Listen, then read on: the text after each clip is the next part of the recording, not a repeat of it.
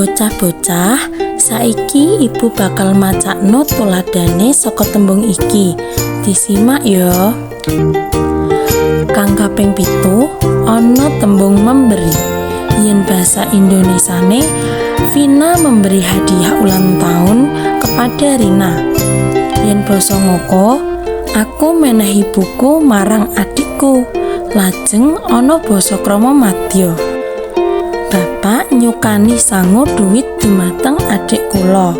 Yen basa krama inggil, simbah mriki duit dumateng putunipun.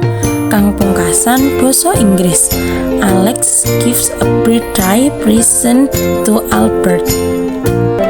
Nah, ibu kan sampun maringi tuladhane. Saiki mestine luwih paham ya. Diiling-iling uga disinaoni nggih supaya bisa unggah-ungguh basa.